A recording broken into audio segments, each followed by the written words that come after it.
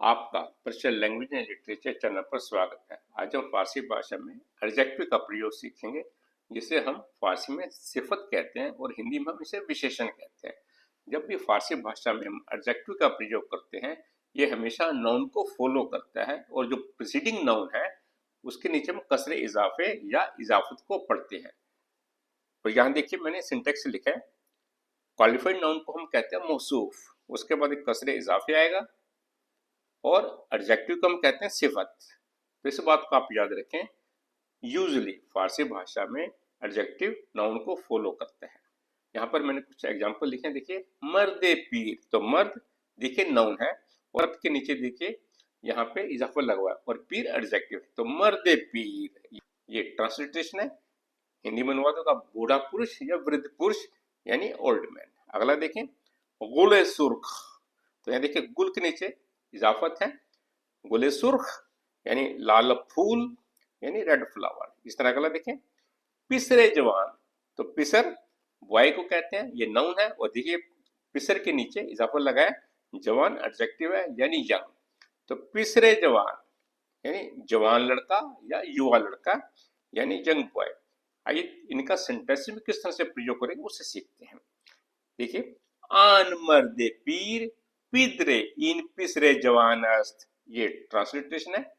इसका अनुवाद होगा वह वृद्ध पुरुष इस युवा लड़के का पिता है। That old man is the father of this young boy. तो यहाँ देखें आन मर्दे पीर, तो मर्दे पीर देखिए यहाँ पे मर्द के नीचे इजाफा लगा हुआ है, मर्दे पीर। आप इसे पीर मर्द पीर नहीं पढ़ेंगे, इसे पढ़ेंगे आप मर्दे पीर। इसी तरह से देखिए पिसरे जवान यानी यंग बॉय युवा लड़का, तो आप इसे पिसर जवान नहीं पढ़ेंगे, पिसरे जवान, तो ये मीनिंगफुल है। अगला सेंटेंस देखिए इसमें इन गुले सुर्ख लाले अस्त, ये ट्रांसलेशन है। हिंदी में अनुवाद होगा इस लाल रंग के फूल का नाम ट्यूलिप है। The name of this red flower is tulip. तो यहाँ पे देखिए गुले सुर्ख, तो गुल नाउन है यानी फ्लावर और सुर्ख एडजेक्टिव है यानी कलर का नाम है, गुले सुर्ख यानी रेड फ्लावर।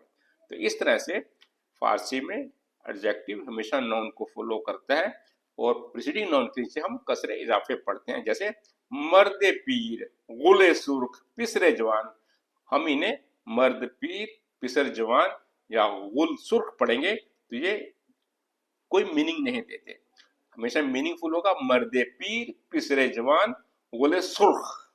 ये एडजेक्टिव का एक और प्रयोग सीखते हैं। अभी मैंने आपको बताया कि यूजुअली फारसी भाषा में एडजेक्टिव हमेशा नाउन को फॉलो करते हैं, लेकिन कुछ केसेस में कई बार एडजेक्टिव नाउन से पहले पढ़ा जाता है या प्रीसीड करता है, उस केस में हम इजाफत का प्रयोग नहीं करेंगे, इजाफत नहीं पढ़ी जाएगी, इस बात का आप याद रखें।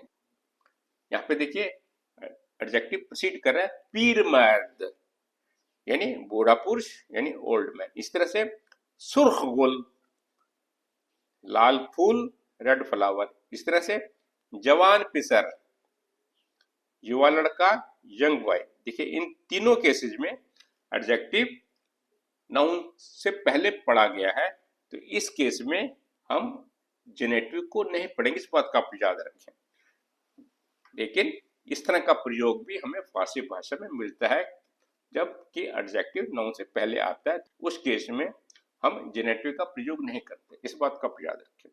यूजुअली एडजेक्टिव नाउन के बाद आते, इस बात का याद रखें। इनका प्रयोग देखें आन पीरमत यावश यावश गांव भर में दारद, वह वृद्ध पुरुष धीरे धीरे चल रहा है।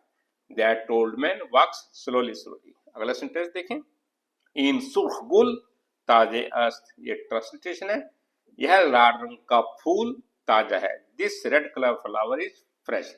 तो यहाँ देखिए सुर्ख गुल इजाफत नहीं हम पढ़ रहे, इस तरह से पीरमर्द हम इजाफत नहीं पढ़ रहे, इस बात का आप याद रखें। आइए एडजेक्टिव को हम फारसी भाषा में और किस तरह से प्रयोग कर सकते हैं उसको सीखते हैं। अगर हमारा फारसी भाषा में नाउन प्लूरल हो जाता है तो हमारा जो एडजेक्टिव वो सिंगुलर ही रहेगा, इस बात का आप याद रखें। जैसे यहाँ पे मर्द का बना मर्दाने पीर यानी बूढ़े पुरुष यानी ओल्ड मैन। इस तरह से अगला गुल हाय सुर्ख, ये ट्रांसलेशन है यानी लाल फूल रेड फ्लावर्स। इस तरह से अगला पिसराने जवान यानी युवा लड़के यंग बॉयज। तो अगर आपका नाउन प्लूरल है तो एडजेक्टिव हमेशा सिंगुलर ही रहेगा, इस बात को आप हमेशा याद रखें। आइए इनका प्रयोग सीखें। पिसराने जवान दर मैदान बाजी में कुनंद, ये ट्रांसलेशन है। अनुवाद होगा युवा लड़के मैदान में खेल रहे हैं। Young boys are playing in the field. अगला सेंटेंस देखें। बाग पुर अज गुल हाइये सुरखस्त, ये ट्रांसलेशन है। अनुवाद होगा बाल लाल रंग के फूलों से भरा हुआ है। The garden is full of red roses, या the garden is full of red flowers. कई बार हम एक नाउन के बाद 2 या 3 एडजेक्टिव का भी प्रयोग करते हैं, तो उस केस में हम दोनों एडजेक्टिव या तीनों एडजेक्टिव को इजाफत से जोड़ेंगे या उनके बीच में हम वर्ब कंजक्शन का प्रयोग करते हैं। आइए देखें किस तरह से। पहले देखिए, कबूतरे सफीदे कशंग, ये ट्रांसलेशन है। यहाँ देखिए सफेद के नीचे भी हम इजाफत पढ़ रहे हैं, कबूतर के नीचे भी हम इजाफत का प्रयोग कर रहे हैं, तो इसका अनुवाद होगा सफेद रंग का सुंदर कबूतर, द ब्यूटीफुल व्हाइट पिजन। तो इस तरह अगले में देखिए, कबूतरे सफीदो कशंग, तो यहाँ देखिए दोनों एडजेक्टिव के बीच में वर्ब कंजक्शन का प्रयोग किया, कबूतरे सफीदो कशंग, लेकिन इन दोनों का ट्रांसलेशन एक ही होगा, सफेद रंग का सुंदर कबूतर, द ब्यूटीफुल व्हाइट पिजन। लेकिन इसके ट्रांसलेशन में कोई फर्क नहीं पड़ेगा, इसका भी ट्रांसलेशन पहले की तरह होगा, सफेद रंग का सुंदर कबूतर, द ब्यूटीफुल व्हाइट पिजन। तो सेंटेंस में प्रयोग देखें इसका। यह कबूतर सफीदो कशंग दर आसमान परवाज में करद, ये ट्रांसलेशन है। एक सुंदर सफेद कबूतर आकाश में उड़ रहा था। हम आसमान भी कह सकते हैं, आसमान भी फारसी भाषा का शब्द है जिसे हम हिंदी में प्रयोग करते हैं। A beautiful white pigeon was flying in the sky. अगर हम सेंटेंस को इस तरह पढ़े, यह कबूतर सफीद कशंग दर आसमान परवाज में कर, तो भी ट्रांसलेशन सेम ही रहेगा, इस बात का आप याद रखें। आइए एडजेक्टिव का एक और प्रयोग हम सीखते हैं। अगर फारसी भाषा में सिंगुलर एडजेक्टिव है और उसके अंदर अगर हम प्लूरल सफिक्स को ऐड कर दें तो हमारा जो एडजेक्टिव है वो प्लूरल बन जाता है, और इस प्लूरल एडजेक्टिव को हम एज ए सब्जेक्ट भी प्रयोग कर सकते हैं। आइए देखिए किस तरह से। जैसे दानिशमंद, इसमें आप आन सफिक्स ऐड करें तो बना दानिशमंदान, का मीनिंग होगा बुद्धिमान लोग या वैज्ञानिक, द लर्नर स्कॉलर्स या साइंटिस्ट। इस तरह से बुजुर्ग एडजेक्टिव है, इसमें आन सफिक्स लगाएं तो बना बुजुर्गान, इसका मीनिंग होगा महान लोग या बड़े बुजुर्ग, द ग्रेट मैन या एल्डर्स। आइए सेंटेंस में इसका हम किस तरह से एज ए सब्जेक्ट प्रयोग करेंगे उसे सीखते हैं। दानिशमंदान बराए रिफाए बशरियत बिस्यार चीज हा इजाद कर दंद, ये ट्रांसलेशन है। अनुवाद होगा वैज्ञानिकों ने मानवता के कल्याण के लिए कई चीजों का आविष्कार किया है। अंग्रेजी में कहेंगे scientists have invented many things for the welfare of humanity। इस तरह का सेंटेंस देखें। बुजुर्गान हमेशा जामेरा राहे रास्त निशान में दहंद, ये ट्रांसलेशन है। महान लोग सदा समाज को सही रास्ता दिखाते हैं। इंग्लिश में कहेंगे the great man always show society the right path. तो इस तरह से कुछ एडजेक्टिव को आप प्लूरल बनाकर उसे एज ए सब्जेक्ट भी प्रयोग कर सकते हैं। अभी मैंने आपको बताया कि कुछ एडजेक्टिव को हम प्लूरल बनाकर उसे एज ए सब्जेक्ट प्रयोग कर सकते हैं। तो यहाँ पर हम एक और नई चीज सीखते हैं, हम कुछ एडजेक्टिव्स को उनके अंदर वर्बल एंडिंग लगाकर उन्हें एज ए वर्ब भी प्रयोग कर सकते हैं। आइए देखिए किस तरह से। जैसे यहाँ पे देखिए आन मर्दान बुजुर्गंद, तो यहाँ देखिए जो बुजुर्ग है एडजेक्टिव है, इसके अंदर हमने आनहा की यानी थर्ड पर्सन प्लूरल की वर्ब एंडिंग लगाई, तो बना आन मर्दान बुजुर्ग अंद, यानी वे महान व्यक्ति हैं, दोज मैन आर ग्रेट। इस तरह से अगला देखें, इन पिसरान जीरक अंद, तो यहाँ देखिए जीरक यानी स्मार्ट वाइज की सेंस में प्रयोग किया करते हैं हम, यानी इन पिसरान जीरक अंद, ये ट्रांसलिटरेशन है। इसका अनुवाद होगा ये लड़के बुद्धिमान है, दीज बॉयज आर स्मार्ट।